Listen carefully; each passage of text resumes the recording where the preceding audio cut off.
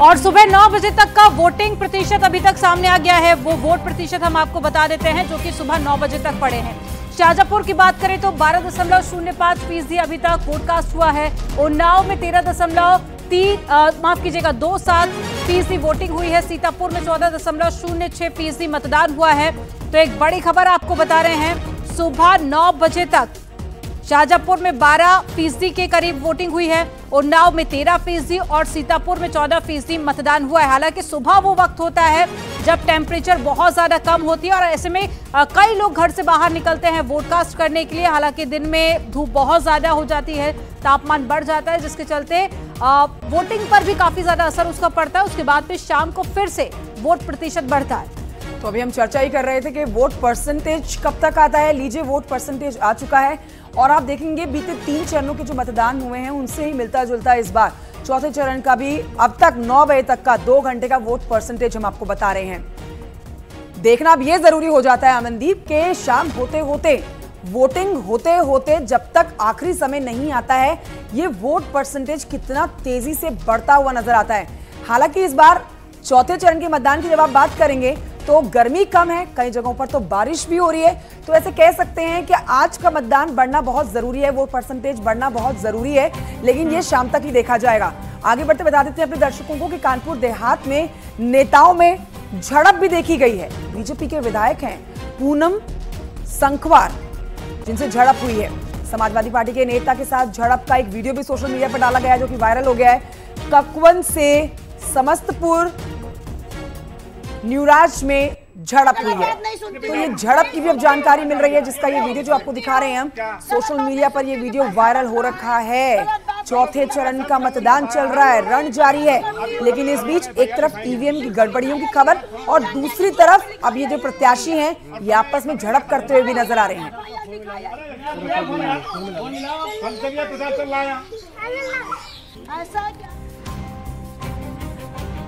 हरदोई से भी बड़ी खबर मिल रही है, जहां पर मतदान का बहिष्कार किया गया है। सड़क न बनने से मतदान बहिष्कार की जानकारी मिल रही है। पोलिंग बूथ पर सन्नाटा पसरा हुआ है। तड़ियावा के लालपुर भैंसारी में मतदान का बहिष्कार किया गया। सड़क नहीं बनी है, जिसको लेकर लोगों में गुस्सा देखा जा रहा है, आक्रोशित देखे जा रहे हैं, जिसके चलते लोग मतदान नहीं कर रहे हैं। एक बड़ी खबर आपको बता रहे हैं, ये तस्वीरें आप देखिए, जहां पर बड़ी संख्या में लोग इकट्ठा तो हुए लेकिन मतदान करने के लिए नहीं पहुंचे। उनका कहना है कि सड़क नहीं हुई है और जो जरूरी सुविधा है, मूलभूत सुविधाएं हैं, वो उन तक नहीं पहुंच पाई है, जिसको लेकर गुस्सा बहुत ज्यादा है। और ये अपना गुस्से का इजहार कुछ इस तरह से कर रहे हैं कि आज मतदान नहीं कर रहे हैं। तो देखिए, ये चर्चा का एक विषय बन सकता है, इस पर जरूर अपने मेहमानों से हम चर्चा करेंगे कि बीजेपी, ये वो सीटें हैं जो बीजेपी ने पिछली बार बड़े मार्जिन से जीती है, लेकिन यहाँ पर लोगों की नाराजगी भी है।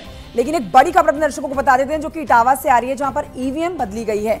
इटावा में ईवीएम बदली गई है। केके डिग्री कॉलेज बूथ पर ईवीएम बदली गई है। करीब 1 घंटे यहां पर मतदान जो है वो रुका रहा था। नई ईवीएम लगाने के बाद अब मतदान शुरू हुआ है। ये बड़ी जानकारी आपको दे रहे हैं। लगातार आप देख रहे हैं जहां जहां पर ईवीएम में गड़बड़ियां आ रही हैं उनको समय रहते दुरुस्त भी कर लिया जा रहा है। लेकिन एक बड़ी बात यह है कि आज बारिश का माहौल बना हुआ है, मौसम बना हुआ है। कई पोलिंग बूथ पर, कई कॉन्स्टिट्यूंसीज पर बारिश भी हुई है, जिससे भी वोट जो है प्रभावित हुआ है। बारिश इतनी प्रचंड और तूफान इतना तेज कि पोलिंग बूथ पर जाने में भी लोगों को दिक्कत हो रही है। और शाजापुर से भी एक बड़ी खबर मिल रही है, जहां पर मतदान का बहिष्कार किया गया है। आवारा पशुओं को लेकर चुनाव का बहिष्कार किया गया है। थाना बंडा के गांव कंचनपुर की ये घटना सामने आई है, जहां पर लोग वोटिंग करने के लिए नहीं पहुंच रहे हैं। कंधरपुर है, माफ कीजिएगा, जहां पर लोग वोट कास्ट नहीं करने पहुंच रहे हैं। हालांकि यूपी की एक बड़ी समस्या रही है आवारा पशु, जिसको लेकर विधानसभा इलेक्शन में भी ये मुद्दा उठाया गया था और अब लोकसभा चुनाव में भी लोग काफी ज्यादा आक्रोशित नजर आ रहे हैं और मतदान का बहिष्कार कर रहे हैं। मतदान के बीच में आने वाली ये बड़ी खबरें अपने दर्शकों तक पहुंचा रहे हैं। उन्नाव से भी अमनदीप एक बड़ी जानकारी मिल रही है जो अपने दर्शकों तक पहुंचानी बहुत जरूरी है। उन्नाव में मतदान का बहिष्कार कर रहे हैं लोग। पोल्ट्री फार्म को लेकर ग्रामीण जो हैं वो नाराज हैं। 2 घंटे से यहां पर एक भी वोट नहीं पड़ा है। गुरुद्वारा गांव में मतदान बहिष्कार लोग करते हुए नजर आ रहे हैं। और उन्नाव से ही एक और बड़ी खबर मिल रही है, जहां पर 12 बुजुर्गों में मतदान का बहिष्कार किया गया है। गांव में गौशाला न बनने से ग्रामीण नाराज है। अभी तक एक भी वोट नहीं पड़ा है और प्रशासन ग्रामीणों को समझाने में जुटा हुआ है। हम भी आपसे यही अपील कर रहे हैं कि अगर आपकी नाराजगी भी है तो भी आप वोट जरूर कास्ट कीजिए, लेकिन इस तरह से बहिष्कार करना ये रिजल्ट पर भी काफी हद तक असर डाल सकता है। तो एक बड़ी खबर आपको बता रहे हैं, से साक्षी महाराज जो है जीत के हैट्रिक लगाएंगे, ये अब बड़ा सवाल बन जाता है, क्योंकि लगातार जो हमने बड़ी खबरें बताई हैं, बड़ी अपडेट्स दिए हैं, उन्नाव से ही हम देख रहे हैं कि लोगों की नाराजगी भी है, वोट का बहिष्कार भी कर रहे हैं। इसी पर आइए आलोक अवस्थी जी हमारे साथ, बीजेपी के प्रवक्ता जो हैं, उनसे जल्दी से रिएक्शन ले लेते हैं। आलोक जी, ये वो 13 सीटें हैं, ये आप जीत की वो बेल्ट आप कहिए बीजेपी की, जिन्होंने पिछली बार अच्छे मार्जिन से कई सीटों पर जीत दर्ज की है, लेकिन आज जो हमने अब तक बड़ी अपडेट्स अपने दर्शकों को दी है उसमें ज्यादातर खबरें उन्नाव से है, जहां पर लोग वोटिंग का बहिष्कार कर रहे हैं। क्या लग रहा है जीत की हैट्रिक लगा पाना साक्षी महाराज के लिए आसान राह लग रही है आपको? देखिए, भारत एक विश्व में एक बड़ी शक्ति के रूप में इस समय जो है 10 सालों के कार्यकाल के कारण पहुंचा है। और अगर खाली उन्नाव क्षेत्र की बात करते हैं तो कहीं पे गांव में किसी बात का कोई नाराजगी रही भी होगी तो मैं तो अपील करूंगा आपके माध्यम से कि जनता को अपना मतदान जरूर करना चाहिए। आलोक जी, अपील तो हम भी कर रहे हैं कि लोग मतदान करें, लेकिन सबका साथ सबका विकास की बात तो बीजेपी कर रही है ना। अब ये विकास के मुद्दों को लेकर ही लोग नाराजगी जता रहे हैं। सड़क नहीं बनी, गौशाला का तो मुद्दा विधानसभा में भी उठाया गया था। देखिए, इस समय आप भारत की सरकार चुनने जा रहे हैं और भारत की सरकार का मतलब ये है कि हमारे युवाओं के लिए रोजगार के अवसर कैसे उत्पन्न हो, भारत की सीमाएं कैसे सुरक्षित रहे, भारत कैसे विश्व में बड़ी आर्थिक शक्ति बने। और जहां तक की सड़कों की बात है या लोकल डेवलपमेंट की बात है, ये विधायकों के बीच की बात रहती है और मुझे लगता है कि कहीं पे कोई कमी रह गई तो उसको पूर्ति कर देंगे। लेकिन ओवरऑल परसेप्शन तो यही है कि भारतीय जनता पार्टी की सरकार लगातार काम कर रही है और उसका नतीजा हमको जनता वोट के बदले में दे रही है। हम लगातार 2 लोकसभाओं में हम जीत हासिल कर चुके हैं विपक्ष के ऊपर, 2 विधानसभाओं में हम जीत हासिल कर चुके हैं, चाहे लोकल बॉडीज के चुनाव हो, चाहे कोऑपरेटिव के चुनाव हो, चाहे स्थानीय निकाय के चुनाव रहे हो, चाहे मेयर्स के चुनाव रहे हो। मतदान के समय में लोगों की नाराजगी, अगर सड़क नहीं बनी है या फिर पानी की व्यवस्था नहीं है या फिर आवारा पशु जो हैं वो खेतों को खराब कर रहे हैं, ये छिटपुट घटनाएं कह सकते हैं आप। मनीष जी, आप मुस्कुरा रहे हैं, समाजवादी पार्टी के प्रवक्ता भी हमारे साथ मौजूद हैं, क्या कहना चाहते हैं? यहाँ पर आलोक अवस्थी जी कह रहे हैं कि मतदान के समय में इस तरह की छिटपुट घटनाएं होती हैं, उनकी बातों से हम ये ले सकते हैं जवाब।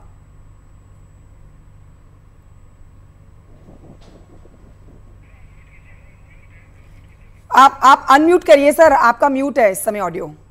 मनीष सिंह जी बोलिए। जी, आलोक अवस्थी बड़े हैं, लेकिन जिस तरह से भारतीय जनता पार्टी के नेताओं की जुबान एक इतना मतलब सतही स्तर का हो चुका है कि वो कब कौन सी बात कहें, उनको इस बात का अंदाजा भी नहीं रहता है कि इसका प्रभाव क्या होगा। अभी आलोक अवस्थी जी ने कहा कि हमारी 2 बार सरकार केंद्र में बनी है, 2 बार विधानसभा में बनी है, हमारी नगर पालिकाओं में सरकार है। अगर इतनी बड़ी मेजोरिटी देने के बाद जनता ने इतना बड़ा जनादेश आपको दिया है, केंद्र में दिया है, प्रदेश में दिया है, आपकी शहरों के क्षेत्रों में सरकार आपकी है, फिर इस तरह की मांग अगर जनता को मतदान का बहिष्कार करके सड़कों के लिए करना पड़ रहा है तो मुझे ऐसा प्रतीत होता है कि भारत के लोकतंत्र में मनीष जी, सवाल तो फिर विपक्ष से भी पूछा जाएगा ना। अगर नाराजगी सत्ता पक्ष को लेकर है, आप कह रहे हैं कि राज्य में आपकी सरकार है, केंद्र में आपकी सरकार है, अगर नाराजगी सत्ता पक्ष में है तो वो विपक्ष के पास में भी या साथ में भी जनता नजर नहीं आ रही, वो कह रहे हैं कि हम वोट कास्ट ही नहीं करेंगे। मुझे अपनी बात थोड़ी पूरी करनी देनी चाहिए थी। मैंने जो बात सवाल उठाया है, विपक्ष पर सवाल उठेगा। विपक्ष का काम है जनता के मुद्दों को लेकर के सरकार को आगाह करना और जागरूक करना। हमने हमेशा से कहा है 2,40,000 किलोमीटर उत्तर प्रदेश के पास पीडब्ल्यूडी की सड़क है, 1,80,382 किलोमीटर ग्रामीण सड़क है।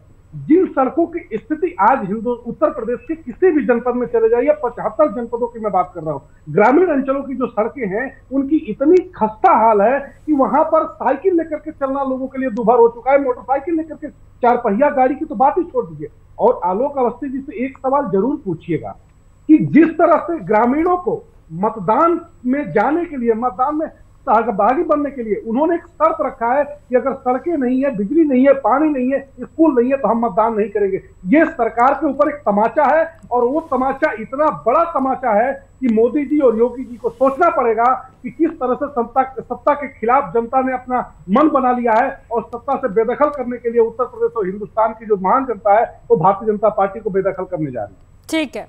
ठीक है, लौटूंगी आपके पास में। प्रभात त्रिपाठी जी भी हमारे साथ में जुड़े हुए हैं, वरिष्ठ पत्रकार हैं। सर, तीसरे चरण के बाद पे हमने देखा कि बम्पर बयानबाजी हुई है, ना सिर्फ सत्ता पक्ष की तरफ से बल्कि विपक्षी पार्टियों की तरफ से भी बयानबाजी हुई है। और क्या लग रहा है आपको कि उसका असर भी चौथे चरण में देखने को मिल सकता है या फिर मतदान पर कुछ असर करेगा ये बयानबाजी? नहीं, देखिए, जब चुनाव आता है तो इस तरीके के दृश्य कैमरे में कैद होते हैं कि कहीं विरोध हो रहा है, कहीं झड़प हो रही है, कहीं आरोप प्रत्यारोप लग रहे हैं। ये सब होता है, ये एक चुनाव का एक पार्ट है। लेकिन सबसे बड़ी सवाल यह है कि आज हम बीच के चरण में हैं, 3 चरण हो चुके हैं और 3 चरण होने हैं। ऐसी स्थिति में आज मौसम ने करवट लिया है। अब मतदाता कितना करवट लेगा ये तो आने वाला वक्त बताएगा 4 जून को। लेकिन निश्चित तौर पे लड़ाई जमीनी आधार पे neck to neck Samajwadi Party और भारतीय जनता पार्टी के बीच में हो रही है।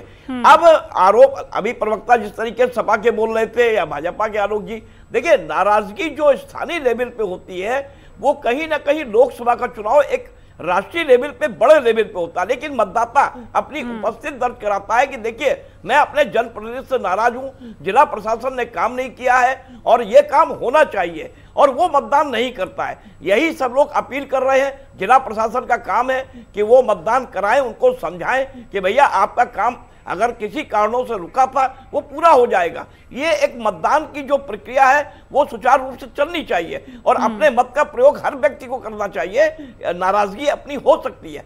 अब इसका जो राजनीतिक मायने कि जिस तरीके से विपक्ष कहता है सत्ता पक्ष ने काम नहीं किया, जनप्रतिनिधि ने काम नहीं किया, तो भैया जनप्रतिनिधि अगर काम नहीं करेगा तो वो रिपीट क्यों हो रहा है? सबसे बड़ी चीज यह है कि जनता भूल जाती है फिर थोड़ी देर बाद और मत देती है, और मत राष्ट्रीय लेवल पे लोकसभा चुनाव में बड़े मुद्दों पे चुनाव होता है, बड़े मुद्दों पे मतदाता ये छोटी मोटी नाराजगी भूल जाता है।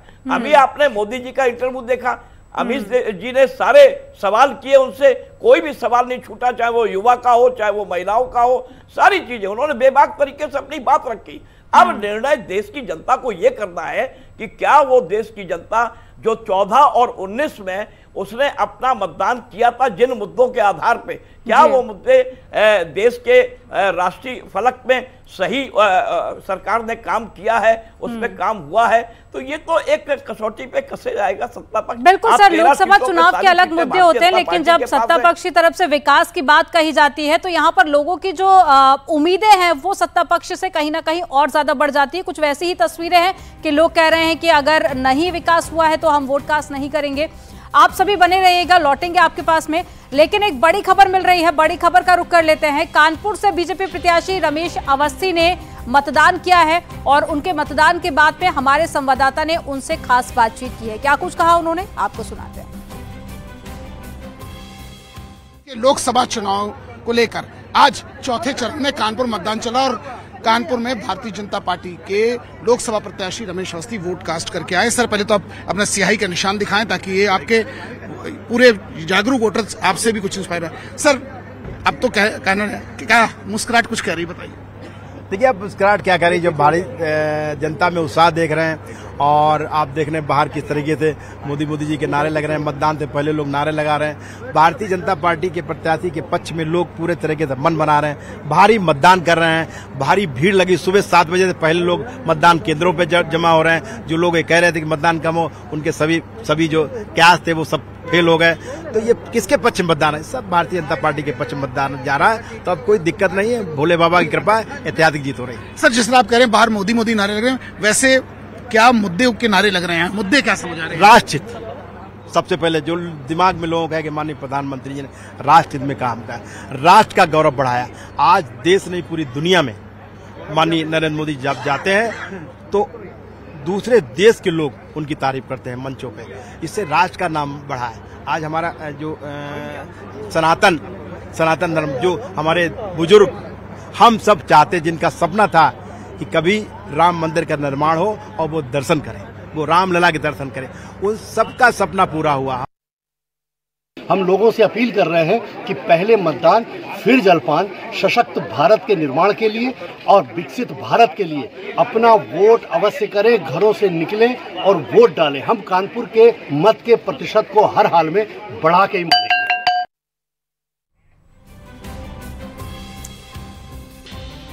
और एक बार फिर से हमारे मेहमानों की तरफ रुख करते हैं। हमारे साथ हमारा लगातार मेहमान बने हुए हैं। प्रभात त्रिपाठी जी, आपकी बात ब्रेक पर अभी थोड़ी देर पहले जो चल रही थी उसमें आपने ये बताया कि देखिए बीजेपी पूरी तरह से आश्वस्त अपनी जीत के लिए है, लेकिन आपसे एक ये भी सवाल जरूर पूछना चाहती हूं मैं सर कि जो 13 ये सीटें हैं जिसके ऊपर आज मतदान किया जा रहा है, वहां उस सीट पर जहां से पहले से 2 बार के विजेता आप कहिए उन्नाव से जो है साक्षी महाराज जी, उनके लिए बार बार वहां के लोग ये बोले कि यहाँ सड़कें नहीं है, पानी की व्यवस्था नहीं है, यहाँ पर जो आवारा पशु जो हैं वो हमारे खेतों को नुकसान पहुंचाते हैं। तो ये भी बात बेहद महत्वपूर्ण हो जाती है, उनकी हैट्रिक लगाने के आगे बहुत बड़ा रोड़ा हो जाती है। तो इस पर आपको लगता है कि यहाँ इस सीट पर अगर आपका एक स्पेसिफिक जवाब मिले तो आपका विश्लेषण क्या कहता है? साक्षी महाराज के लिए उन्नाव की सीट जीतना कितना आसान आपको लगता है? नहीं देखिए, नहीं निश्चित तौर पे देखिए, जनता की जो समस्या है उसको स्थानीय सांसद हो या विधायक हो उसको सुनना चाहिए और काम करवाना चाहिए। योगी की सरकार डेवलपमेंट की सरकार है, आखिर ये उन्नाव के इस क्षेत्र में काम क्यों नहीं हुआ, इसका जिम्मेदार कौन है? ये जनता की नाराजगी जायज है, क्योंकि उन्नाव एक जिला जो है लखनऊ शहर से और कानपुर शहर से बिल्कुल सटा हुआ है, राजधानी से लगा हुआ है उन्नाव का बॉर्डर जो है पूरा। अगर इन गाँवों में काम नहीं हुआ है तो निश्चित तौर पर वहां का जनप्रतिनिधि, विधायक और वहां के जो जिला प्रशासन की मशीनरी है, कहीं ना कहीं उन्होंने लापरवाही की है। क्योंकि जनता की नाराजगी अगर जब बढ़ती है और बढ़ती जाती है तो उसका खामियाजा सत्ताधारी पार्टी को भुगतना पड़ता है। नाराजगी अगर जरा सी भी है तो उस नाराजगी को दूर करना चाहिए और उसका जवाब सरकार को देना पड़ेगा, क्योंकि जनता जनार्दन है। जब आप कहते हैं कि जनता ही सब कुछ है तो सबका साथ सबके विकास की बात करते हैं, बिल्कुल जवाबदेही यहाँ पर सरकार की बनती है। और मैं लौटूंगी आपके पास में, लेकिन इस बीच एक बड़ी खबर मिल रही है, उसका रुख कर लेते हैं। कल प्रधानमंत्री नरेंद्र मोदी वाराणसी में लोकसभा सीट से अपना नामांकन करने जा रहे हैं। नामांकन से पहले आज वाराणसी में प्रधानमंत्री मोदी का रोड शो होगा और बीजेपी के राष्ट्रीय महामंत्री सुनील बंसल ने रोड शो की तैयारियों का निरीक्षण भी किया और देर रात सुनील बंसल रोड शो वाले रूट का निरीक्षण करने के लिए भी पहुंचे।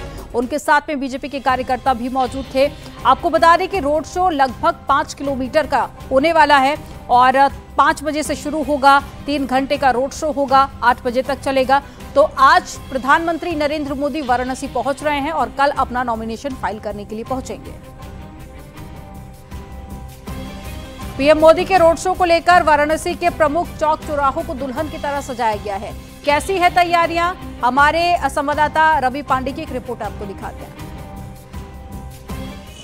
प्रधानमंत्री नरेंद्र मोदी अपने नामांकन के पहले आज काशी में ऐतिहासिक रोड शो को करेंगे। शाम को नरेंद्र मोदी सिंहद्वार BHU से महामना मालवीय जी को प्रणाम करके वहां से निकलते हुए काशी विश्वनाथ मंदिर में दर्शन कर इस रोड शो को समाप्त करेंगे। बता दें कि यह रोड शो मालवीय जी के प्रतिमा से शुरू होगा, लंका, अस्सी, मदनपुरा, गौदलिया और उसके बाद सीधे विश्वनाथ मंदिर में जाएगा। तो एक बहुत बड़ा संदेश एक बार फिर से आज प्रधानमंत्री नरेंद्र मोदी देने जा रहे हैं। मालवीय जी के प्रतिमा को वो सबसे पहले जो प्रणाम करेंगे उसका ये मतलब होगा कि यहाँ के जो शिक्षाविद हैं, जो बुद्धिजीवी हैं, उनको वो नमन करते हैं और महादेव का आशीर्वाद ले करके वह सफलता के लिए अपनी प्रार्थना करते हैं। इस बीच अगर उनके रोड शो के स्वागत की बात की जाए तो लंका से लेकर के विश्वनाथ मंदिर तक हर चौराहों को सजाया गया है, केसरिया रंग में डूब चुका है, गुब्बारे लगाए गए हैं, फूल से चौराहों को सजावट की गई है। तो एक आकर्षक, तो एक तरफ चौथे चरण का मतदान और दूसरी तरफ प्रधानमंत्री नरेंद्र मोदी का रोड शो और कल होना है पीएम मोदी का नामांकन, जिसकी तैयारियां पूरी कर ली गई हैं।